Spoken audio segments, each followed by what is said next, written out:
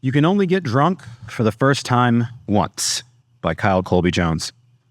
Hello, my name is Redacted. And this is not a meeting, although I am pretty sure I drink too much and too often. Now, for the record, I'm a rather harmless drunk. I don't get into fistfights or wreck cars or families. I stumble, I start to repeat the same stories, I fall asleep, and I snore. My beverages of choice are beers and bourbons, preferences that have been derived over years of exhaustive research and extensive product trials. But as they say, there is nothing like the first time, and technically speaking, you can only get drunk for the first time once. I was 18 years old at the time. Most of my friends had been drinking for 2 or 3 years already, but Nancy Reagan and I had a promise to keep. I had chosen to wait for such things as sex, drugs, and alcohol until I was a responsible adult, like the one you become at 18 years of age. Turns out, I was not a responsible adult. I was an idiot. Nonetheless, that night, I was going to be the designated driver, nor was I going to be the de facto babysitter. A friend had secured access to what was described as a rustic lake house overlooking the shores of Levant. In actuality, it was a trailer home filled with bunk beds. Also, it was located a few blocks away from the water itself. The plumbing wasn't even connected, and the air conditioning was limited to a coughing, sputtering window unit at the end farthest away from the bunks. This box on blocks belonged to the parents of a fellow who went by his very Jersey last name, Fatone. As an added bonus, this was the last weekend of summer. The last weekend the shabby chic chateau would get any use until the next season. Boom. Together with my good buddies Rob, Danny, and Mike, we were all set for a big, drunken Saturday blowout sleepover. First stop, get the hooch. My friends were already experts, of course, veterans in the field of imbibery. They whipped out their horrendously fake IDs and got themselves some of the hard stuff. Boone's Farm, Strawberry Hill. Oh. I was nowhere near seasoned enough for such raw fermentation fury. No, I walked right past the Thunderbird, Old English, and Mad Dog 2020 to the elegantly mastered blends of the Seagram's Tropical Wine Cooler. I was primed to explode and geared up to lose my goddamn mind, so I sprung for the entire 4-pack. Next, I was told how important it was to build a solid foundation in our bellies before adding any booze to the system. We all chose chili cheese Whataburgers with extra jalapenos as our cornerstone of decadence and debauchery. Once satiated and back at the lake, we grabbed the cooler, an array of fishing poles, and headed down to the dock. We baited up, cast our chicken livers over the deep green ripples, and dangled our toes into the water below. We all cracked open our beverages and drank together like men. Big, burly, hairy men with pink, bubbly pseudo-wine products. I must admit, it felt good. There was something free about looking down at the waterline at your buds and lifting a bottle to each other like some sort of victory salute. But after a couple of hours of the mosquitoes biting more than the fish, Fatone stood up with a grand suggestion. You guys want to take the boat out? You bet your ass we did. We walked back to the pad and approached the flat-bottom, 14-foot Carolina skiff sitting in the weeds at the back end of the trailer. With one person at each corner and Danny standing around pointing, we pulled it free of the brush and started to carry it along the gravel road to the shore. Ah, damn it, shot a grunt from Mike. There's a damn hole in the bottom. He was right. At the back starboard corner was a perfectly round, man-made threaded hole for either a plug or a bilge pump. Unfortunately, we had neither, but we did have Danny. Hang on, I have an idea, he yelled, running back to the trailer. Danny's sudden light bulb moment was quite literally a light bulb. He came sprinting back with a 60-watt solution to our troubles. He put the bulb in the hole, and I'll be damned if it didn't screw right in place as if that's exactly what the hole was meant for. Danny beamed with pride and reminded us of his genius several times as we lugged the boat down the ramp. For long, we were floating in the middle of a Lake Levant watching the sunset. We clanked bottles and made a toast to a hell of a good time. As brothers, we drank our macho machismo goblets of 3.2% high-octane fruit drink. The sun went down, the water went still. All was well. Crunch.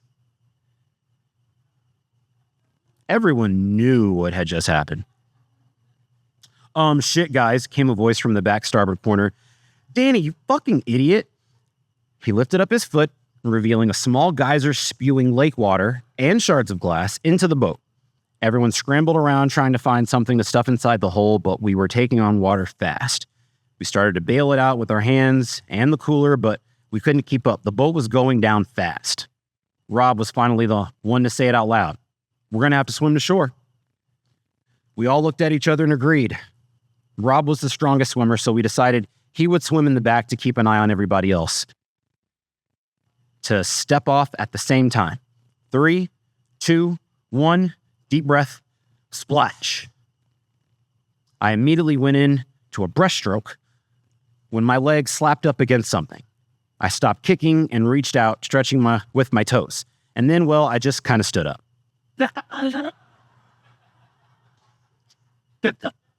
There had been a drought that summer, so the water level was down to about belly button deep. After everyone's toes drifted down to the soft, mossy lake bottom below, there was a brief moment of silence, followed by a surge of utter relief mixed with fizzy refreshments washing over us. We fell into one of those laughing fits that left everybody snorting and gasping for air. Clunk, a heavy vibration rumbled at our feet. The skiff had found the bottom as well. Sorry about your boat, Fatone. Shut the fuck up, Danny. After another bout of gut-cramping laughter, the temperature began to drop. I was a rather scrawny lad at the time, and I was starting to shiver. Thus, I told the gang I'd see them on land, grabbed the Oreos, and waded my way back to the dock. I wrapped myself in a towel and took a seat. I gazed out into the darkness, and I popped open another liquid badge of artificially flavored alpha. And just as I raised it to my lips, a voice from behind me. "Excuse me, son." I jumped and turned. Jesus, oh God, it was a cop.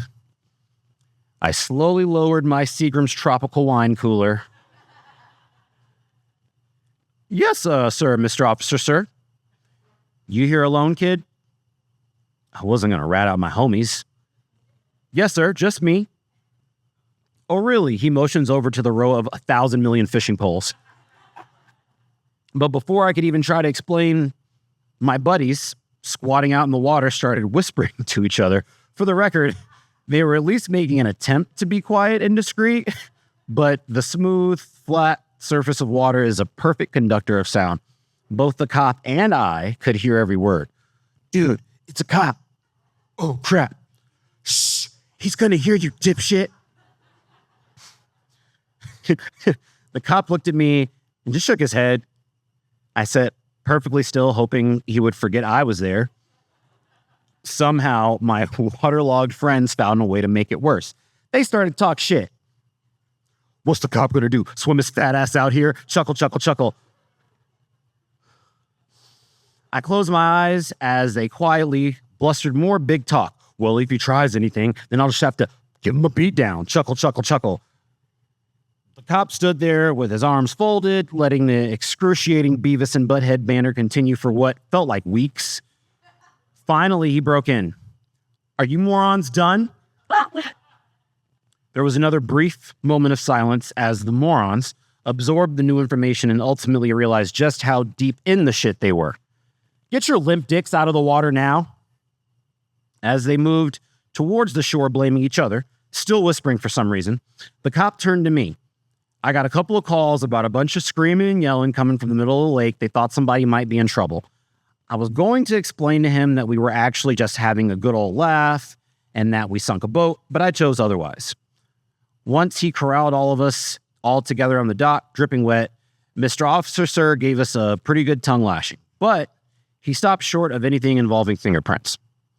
He took down Fatone's name and was able to corroborate that at least one of us was related to at least someone who owned at least one of the plots, which, mercifully, seemed to be enough for him to let us go. He simply kind of to gather up all of our stupid shit and call it a goddamn night. And that's what we did. We turned back to the trailer and promptly went to bed. I mean, we didn't have a light bulb anymore, so. The next morning, we woke with the sunlight. We gathered into the kitchenette area and saw a slew of empty bottles from the night before. still wafting the sweet spritz of tropical strawberry manhood, it reminded us of how close we had gotten. It reminded us of a night we would remember for the rest of our lives. And then we received another abrupt reminder. We were all suddenly reminded of the chili cheese Whataburgers with extra jalapenos. Rob would be the first to feel its effects. And shortly afterwards, he would also be the first to be reminded that the trailer's plumbing system was not connected. His business was already done. And there was no way to flush. And also, nowhere else for the rest of us to release our own now urgent needs. My mind flashed, and I sprang into action. Knowing the potential shit show to come, I flew into the bathroom and locked the door behind me. I needed it. I needed to do what needed to do. We all did. But I was determined not to be the last to do it. Yes, it was horrible, but not as horrible as it was going to be for the next guy or the next. Danny was last, deservedly so. We locked up the front door of the camper trailer and exchanged a round of feeble, shaky bro hugs. Each of us gently climbed into our respective vehicles, bid our farewells, and started pulling away. Except for Fatone. I remember him still just standing there, facing the silhouette of his parents' poor, disgraced, once mobile home. Minus one 14-foot flat-bottom Carolina skiff. I stopped and rolled down my window and called out to him. When will your folks be back here again? Fatone didn't turn around, but he answered anyway. Next spring, 6 months. I haven't seen most of those guys in a long time. In fact, I never saw Fatone ever again. But I'll always remember him. I'll remember all of them. That night was truly a once-in-a-lifetime, first-time experience. Never to be repeated, because we were never invited back. Thank you.